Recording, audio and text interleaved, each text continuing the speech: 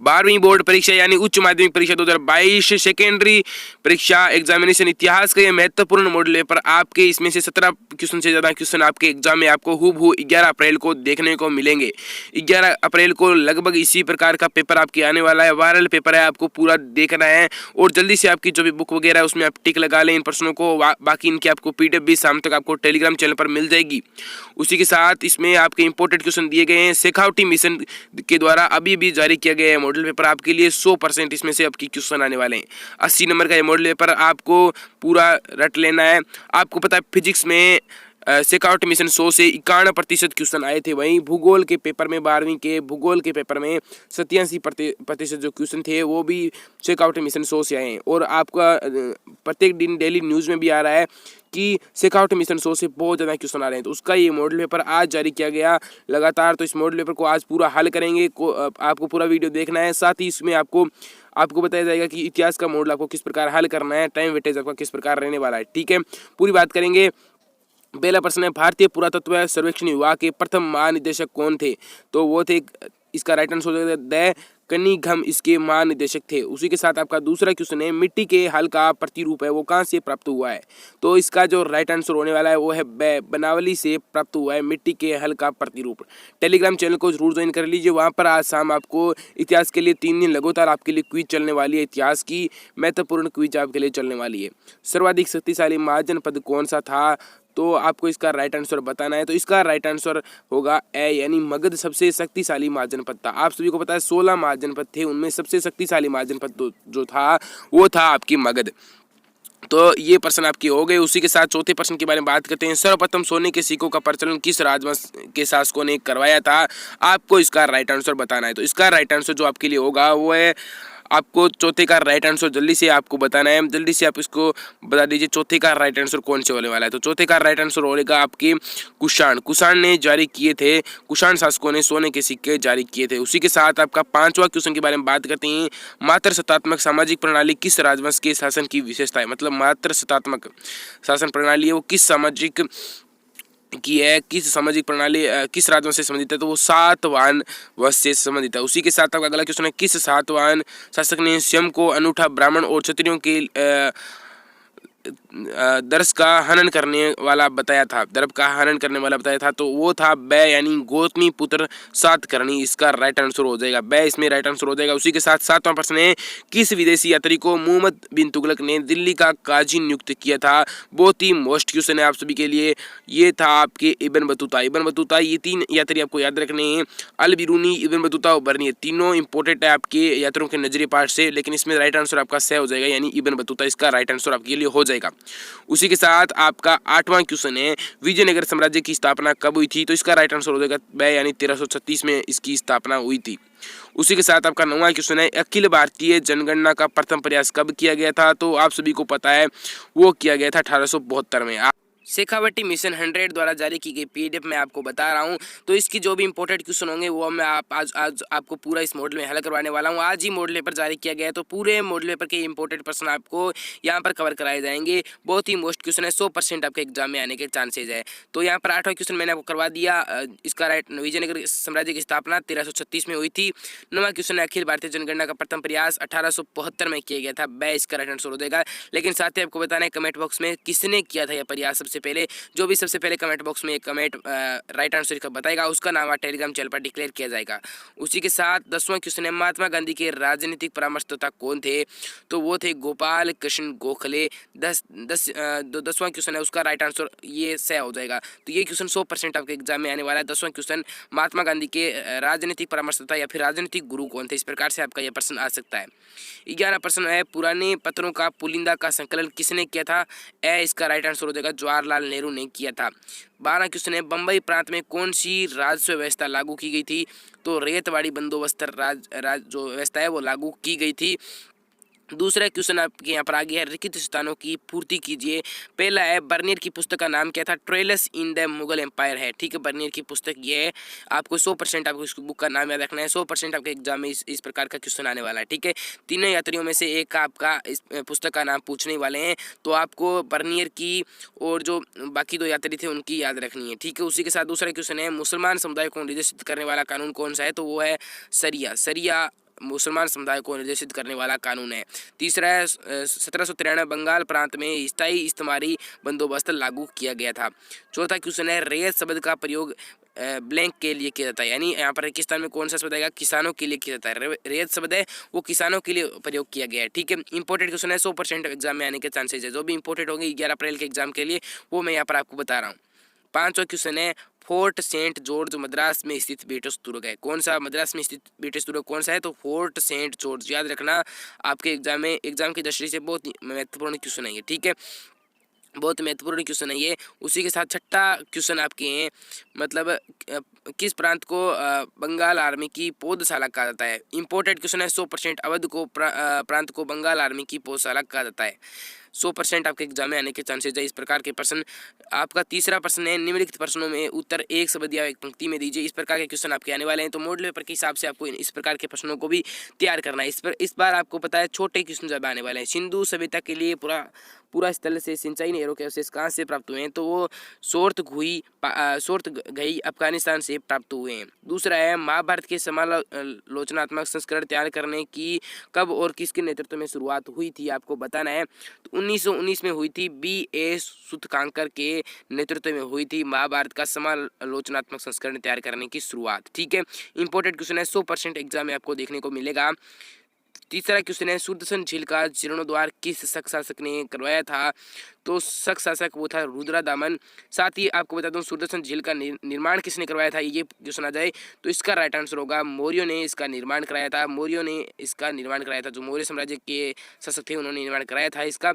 और जीर्णोद्धार एक बार गुप्त साम्राज्य के सकंद गुप्त राजा ने भी करवाया था। ठीक है, बर्नियर द्वारा मुगलकालीन शहरों को क्या नाम दिया गया था, शिविर नगर नाम दिया गया था। बर्नियर जो यात्री थे, ये यात्रियों के नजरिए पाठ से क्वेश्चन उठ रहा है। ठीक है, पांचवा क्वेश्चन है कौन सा विदेशी यात्री मुगल सम्राट शाहजहां के ज्येष्ठ पुत्र द्वारा सिकोया का चिकित्सक था, तो इसका जो राइट आंसर होगा वो था फ्रांसवा बर्नियर था। फ्रांसवा बर्नियर था वो इसका चिकित्सक था। छठा क्वेश्चन है चोल शासकों द्वारा निर्मित एक मंदिर का नाम बताइए, तो वो है गंगेकोंड चोलपुरम। गंगेकोंड चोलपुरम आपको नाम याद रखना है, आपके एग्जाम में आ सकता है। शेखावटी मिशन 100 से इंपॉर्टेंट क्वेश्चन जो भी आपके लिए उठ रहे हैं पूरा मॉडल पेपर आपको यहाँ पर उपलब्ध कराया जा रहा है। तो इस मॉडल पेपर को आपको अच्छी तरीके से तैयार करना है। आपके इसमें से ही अगर पास मार्किंग तो इसमें से ही आ जाएंगे, लगभग आपके 17 क्वेश्चन इसमें से उठने वाले हैं। ठीक है, सातवां क्वेश्चन है कर्नाटक की वीर शैव परंपरा के प्रवर्तक कौन थे, बांसवाना इसके प्रवर्तक थे। आठवां क्वेश्चन है उत्तर प्रदेश के बड़ौद परगना के ग्रामीण को संगठित कर विद्रोहियों को नेतृत्व किसने प्रदान किया था, शाहमल ने प्रदान किया गया था। इंपॉर्टेंट क्वेश्चन है।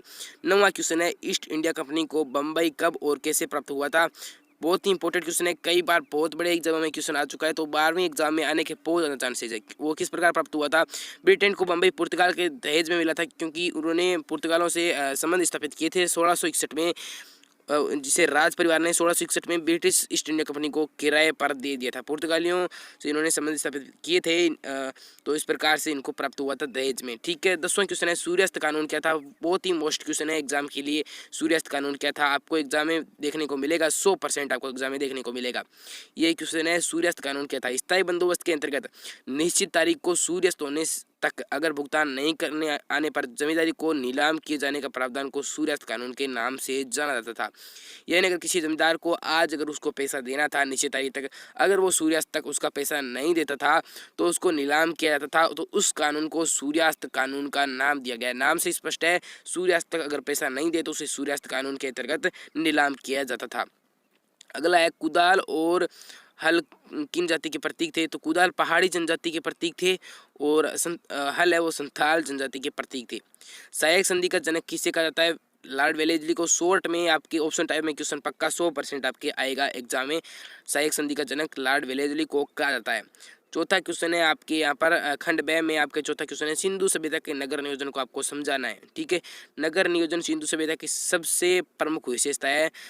इसमें क्या होता है, समकोण सड़कें होती थी, सुनियोजित आपकी उनकी जल निकासी व्यवस्था, सुनियोजित बनावट थी, 90 डिग्री पर गलियों का जो मोड़ था इस प्रकार से था।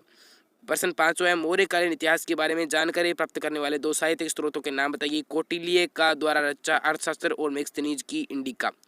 छठा क्वेश्चन है, गोत्र प्रणाली किन्हीं दो नियमों का उल्लेख कीजिए। एक ही गोत्र के सदस्य आपस में वैवाहिक संबंध नहीं रख सकते थे और स्त्रियों के गोत्र संबंधी मामलों में विवाह के पश्चात पिता के स्थान पर पति के गोत्र को ही मान्यता मिलती थी। मतलब विवाह के बाद स्त्री के पति का जो गोत्र होता था वही माना जाता था। सातवां प्रश्न है, उल्लुक व दावा क्या है? तो इब्न बतूता ने अपने जो ग्रंथ है रियाला में भारतीय डाक व्यवस्था का आपको पता है विस्तृत वर्णन किया था। तो अश्व डाक व्यवस्था को उल्लुक और जो पैदल यात्री जो डाक व्यवस्था थी उसको दावा कहा गया है। आठवां प्रश्न है, किताबुल हिंद पर आपको संक्षिप्त टिप्पणी लिखिए। किताबुल हिंद अल बिरूनी द्वारा अरबी भाषा में लिखा गया प्रसिद्ध ग्रंथ है जो समकालीन भारतीय समाज, धर्म, भूगोल, खगोल विज्ञान व राजनीतिक व्यवस्था के बारे में महत्वपूर्ण जानकारी प्रदान करता है। ठीक है, किताबुल हिंद। ठीक है, ये किसके द्वारा रची गई है? अल बिरूनी के द्वारा रची गई है। अल बिरूनी, बर्नियर, इस प्रकार के आपके बहुत ही इंपॉर्टेंट ये यात्री है। इनसे संबंधित प्रश्न आपके 100% एग्जाम में आपको देखने को मिलेंगे। प्रश्न 9वां है आपके कि कबीर की बानी कौन सी विशिष्ट परंपराओं में संकलित है? तो कबीर की जो बानी है वो 3 विशिष्ट परंपराओं में संकलित है। कबीर बीज कबीर पंच द्वारा वाराणसी तथा उत्तर प्रदेश के अन्य स्थानों पर संरक्षित है। कबीर ग्रंथावली का संबंध राजस्थान के दादू पंथियों से भी है। इंपॉर्टेंट क्वेश्चन आपको याद रखना है, टॉपिक है दूसरा आपको। तीसरा है, कबीर के कई पद आदि ग्रंथ साहिब में भी संकलित है। ठीक है, आदि ग्रंथ साहिब में भी संकलित है। 10वां प्रश्न है, विजयनगर शासकों के लिए मंदिरों और संप्रदायों को प्रश्रय देना क्यों महत्वपूर्ण था? तो विजयनगर साम्राज्य शासकों के लिए मंदिर और संप्रदाय अपनी सत्ता, संपत्ति और निष्ठा के लिए समर्थन एवं मान्यता के महत्वपूर्ण माध्यम थे। अंततः उन्हें आश्रय देना उनके लिए महत्वपूर्ण था। 11वां क्वेश्चन है, विजयनगर साम्राज्य के राजकीय केंद्र में महानवनी डिब्बा से जुड़े अनुष्ठानों का आपको विश्लेषण करना है। बहुत ही इंपॉर्टेंट क्वेश्चन है, एग्जाम की दृष्टि से बहुत ही 100% आपके एग्जाम में आने वाला क्वेश्चन है। तो इस क्वेश्चन का किस प्रकार से आपको आंसर लिखना है वो बात करेंगे। विजयनगर साम्राज्य के राज्य के केंद्र में महानवी डिब्बा से जुड़े अनुष्ठान इस प्रकार से थे कि वहाँ पर वो अपनी महानवमी के अवसर पर अपनी शक्ति और प्रतिष्ठा का प्रदर्शन करते थे। राजा की शोभा यात्रा इस कार्यक्रम का मुख्य आकर्षण होती थी। इस अवसर पर नायक एवं अधीनस्थ शासक राजा के लिए निश्चित कर व उपहार भेंट करते थे। अगला आपका क्वेश्चन है, दामिन ए कोह के बारे में आप क्या जानते हैं? आपको संस्कृत में बताना है इसका आंसर। दामिन ए कोह के बारे में क्या जानते हैं? ठीक है, दामिन ए कोह के अरे के बारे में आप क्या जानते हैं? सन 1832 में अंग्रेजों ने राजमहल के पहाड़ी क्षेत्र में जमीन के एक बहुत बड़े क्षेत्र को संथालों के लिए सीमांकित कर दिया, जिसे संथालों की भूमि घोषित किया गया। इस क्षेत्र में संथालों को स्थायी कृषि करनी थी तो उसे दामिन ए कोह कहा गया था। मतलब अंग्रेजों ने 1832 में संथालों के लिए एक निश्चित भूमि निश्चित कर दी थी, उसी में उनको कृषि करनी थी, तो इसे कहा गया था दामिन ए कोह। 13वां प्रश्न बहुत ही इंपॉर्टेंट है, 100% यह कथन है, एक फैक्ट है, आपको याद रखना है, 100% एग्जाम में आने के चांसेस है। ये गिलास फल एक दिन हमारे मुंह में ही आकर गिरेगा। यह कथन कब, किसने और किसके बारे में कहा था? तो यह कथन कहा था 1851 में गवर्नर जनरल लॉर्ड वेलेस्ली ने अवध रियासत के बारे में कहा था कि यह गिलास फल एक दिन हमारे मुंह में ही आकर गिरेगा। 14वां क्वेश्चन है, 1857 की क्रांति के प्रमुख केंद्र और नेताओं के नाम लिखिए। तो इसमें से आपके 4-5 प्रश्न एक साथ क्लियर हो रहे हैं कि मुगल सम्राट बहादुर शाह जफर ने ये दिल्ली में किया था, कानपुर में नाना साहब, अवध में बेगम हजरत महल और झांसी में रानी लक्ष्मीबाई और बिहार में जमींदार कुंवर सिंह ने क्रांतिकारियों का नेतृत्व किया था। कोई भी क्वेश्चन आता था जैसे कानपुर में 1857 की क्रांति का किसने किया था नेतृत्व, तो इस प्रकार से क्वेश्चन आ सकता है, तो आप लिखोगे कानपुर में नाना साहब ने किया था। बम्बई में गेट ऑफ वे इंडिया कब और किसके स्वागत में बनाया गया था? तो वो इंडिया के ब्रिटेन के राजा आए थे जॉर्ज पंचम और उसकी रानी, तो उनके संबंध में बनाया गया था। ठीक है, 16वां क्वेश्चन है, गांधी इरविन पैक्ट पर संक्षिप्त टिप्पणी लिखिए। 100% क्वेश्चन एग्जाम में आएगा। 5 मार्च 1931 को महात्मा गांधी और वायसराय लॉर्ड इरविन के मध्य दिल्ली समझौता गांधी इरविन पैक्ट हुआ। इस समझौते के अनुसार अहिंसक गतिविधियों में जेल में बंद नेताओं को रिहा करने व सविनय अवज्ञा आंदोलन को स्थगित करने का निर्णय लिया गया था। इंपॉर्टेंट क्वेश्चन है, एग्जाम की दृष्टि से 100% आपके एग्जाम के लिए इंपॉर्टेंट है। 17वां क्वेश्चन है, सिंधु घाटी सभ्यता के व्यापार वाणिज्य में संक्षिप्त लेख लिखिए। तो सिंधु सभ्यता की लिपि पर संक्षिप्त लेख इस प्रकार से हैं कि अशोक के दम व उसकी जल कल्याणी अवधारणा को समझाइए। समुद्रगुप्त का मूल्यांकन कीजिए। बहुत ही मोस्ट क्वेश्चन है। अगला आपकी इस प्रकार से क्वेश्चन आप दे सकते हैं, महात्मा गांधी के नमक सत्याग्रह, सविनय अवज्ञा आंदोलन का विस्तृत वर्णन करना है। भारत छोड़ो आंदोलन के राष्ट्रीय आंदोलन में महत्व पर निबंध लिखना है। 100% क्वेश्चन एग्जाम में देखने को मिलेगा। तो ये थे आपके कुछ इंपॉर्टेंट क्वेश्चन जो मैंने आपको करवा दिए। भारत के मानचित्र से संबंधित ये स्थान आपको याद रखने हैं। थैंक्स दोस्तों, मिलते हैं अगले वीडियो में। तब तक के लिए अगर आपने इस चैनल को सब्सक्राइब नहीं किया तो जल्दी से सब्सक्राइब कर लीजिए और टेलीग्राम चैनल पर आपको इसकी PDF मिल जाएगी। मिलते हैं शाम की क्लास में।